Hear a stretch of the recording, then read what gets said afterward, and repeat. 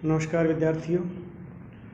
आज हम भारत के प्रधानमंत्री के बारे में चर्चा करेंगे कि भारत के संविधान में इस पद को लेकर क्या व्यवस्थाएं की गई हैं और क्या उनके कार्य और शक्तियां हैं और वास्तविक स्थिति उनकी संविधान में क्या है।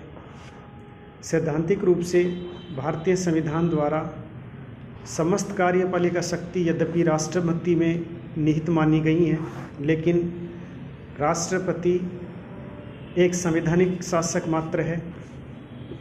इसलिए वास्तविक रूप में कार्यपालिका की समस्त सत्ता मंत्रिपरिषद के अंदर निहित होती है।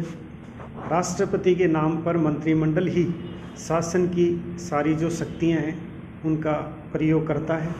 संविधान का अनुच्छेद 74 है, उसमें ये बताया गया है कि राष्ट्रपति को उसके कार्यों के संपादन में सहायता एवं परामर्श देने के लिए मंत्रिपरिषद होगी, जिसका नाम प्रधान है वो प्रधानमंत्री होगा।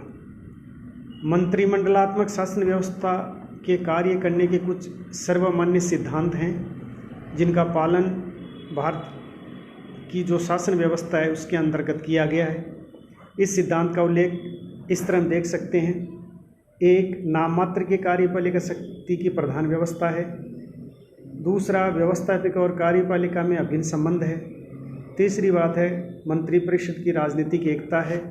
चौथी बात है, मंत्रिपरिषद का संसद के प्रति सामूहिक उत्तरदायित्व है और मंत्रिमंडल का जो कार्य है उसकी गोपनीयता है। तो इन सब चीज़ों के बारे में संविधान के अंदर व्यवस्था की गई है। भारतीय संविधान में प्रधानमंत्री और मंत्रिपरिषद की नियुक्ति तथा स्थिति के संबंध में बहुत कम उल्लेख किया गया है और अधिकांश में इस प्रकार की व्यवस्था जो परंपराएं हैं उनके ऊपर ही छोड़ी गई हैं। मंत्रिपरिषद में एक प्रधानमंत्री, विभिन्न श्रेणियों के मंत्री होंगे, ये व्यवस्था हमारे संविधान में की गई है।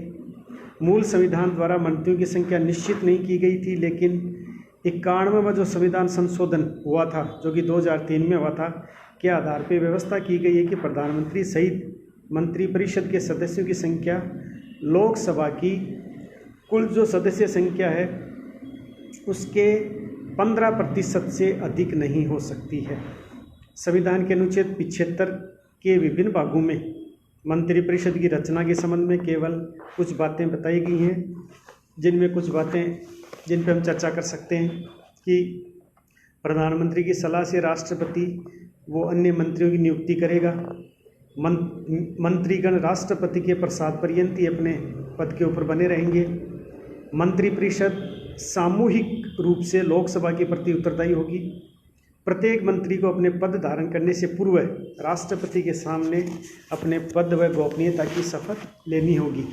यदि मान लो कोई मंत्री अपना पद धारण करने के 6 माह बाद तक संसद के किसी भी सदन का सदस्य नहीं बन सका तो उसे मंत्रिमंडल से त्यागपत्र देना होगा, अर्थात उसको 6 महीने के अंदर अंदर संसद के किसी भी अंग का सदस्य बनना जरूरी है।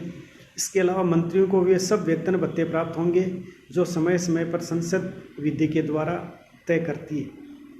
मंत्रिपरिषद के गठन के संबंध में केवल यही कुछ औपचारिक व्यवस्थाएं हैं और इन औपचारिक व्यवस्थाओं से ये पता नहीं चलता कि वास्तव में मंत्रिपरिषद का गठन किस प्रकार होता है। व्यवहार में मंत्रिपरिषद का गठन एक बहुत अधिक कठिन और जटिल प्रक्रिया है, जिसमें अनेक बातों का ध्यान रखा जाता है। मंत्रियों को चुनते समय शासक दल में विभिन्न दलों की स्थिति, राष्ट्र के विभिन्न समुदायों तथा भौगोलिक क्षेत्रों को प्रतिनिधित्व, संसद के दोनों सदनों को उचित प्रतिनिधित्व व विभिन्न अवस्था वाले और विभिन्न वर्गों को प्रतिनिधित्व प्रदान करने के ऊपर विचार होता है। साधारणतया लोग मंत्रिपरिषद और मंत्रिमंडल को एक ही नाम से जानते हैं, लेकिन इन दोनों में काफ़ी अंतर है। मंत्रिपरिषद में राजनीतिक कार्यपालिका के सभी सदस्य होते हैं। इस प्रकार ये एक बड़ी संस्था है। इस मंत्रिपरिषद में 5 स्तर के सदस्य होते हैं, जिनमें से केवल प्रथम स्तर के सदस्यों को सामूहिक रूप से कैबिनेट कहा जाता है। मंत्रिपरिषद में निम्न प्रकार से 5 स्तर किए गए हैं। पहला, मंत्रिपरिषद के प्रथम स्तर के सदस्य मंत्री कहलाते हैं। दूसरा, कुछ ऐसे मंत्री होते हैं जो मंत्रिमंडलीय स्तर के मंत्री होते हुए भी कैबिनेट के सदस्य नहीं होते।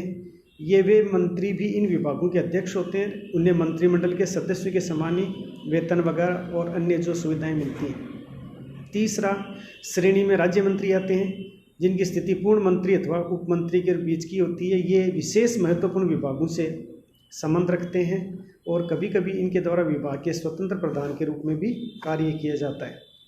चौथा जो है, राज्य मंत्रियों के बाद उप मंत्रियों की श्रेणी आती है, जो ज्येष्ठ मंत्री के अधीन रहते हुए उस मंत्री को उस विभाग के अंदर सहायता करते हैं। पांचवा, उप मंत्रियों के नीचे स्तर में संसदीय सचिव होते हैं। वे विभागीय मंत्रियों को प्रशासनिक तथा विशेष रूप से संसदीय कार्यों के संबंध में सहायता पहुंचाने का कार्य करते हैं। उपयुक्त पांचों श्रेणियों के मंत्रियों को सामूहिक रूप से वो मंत्रिपरिषद के नाम से पुकारा जाता है और उन्हें संबोधित किया जाता है। इस प्रकार मंत्रिपरिषद एक बृहत संस्था है जिसमें सभी मंत्रियों के श्रेणियों के मंत्री सम्मिलित रहते हैं, लेकिन मंत्रिमंडल मंत्रिपरिषद के अंतर्गत एक छोटा सा समूह होता है जिसमें सिर्फ प्रथम श्रेणी के मंत्री ही होते हैं, जो विभागों के प्रधान होते हैं और जिनके द्वारा सामूहिक रूप से संपूर्ण प्रशासनिक नीति उसका निर्धारण किया जाता है। धन्यवाद विद्यार्थियों।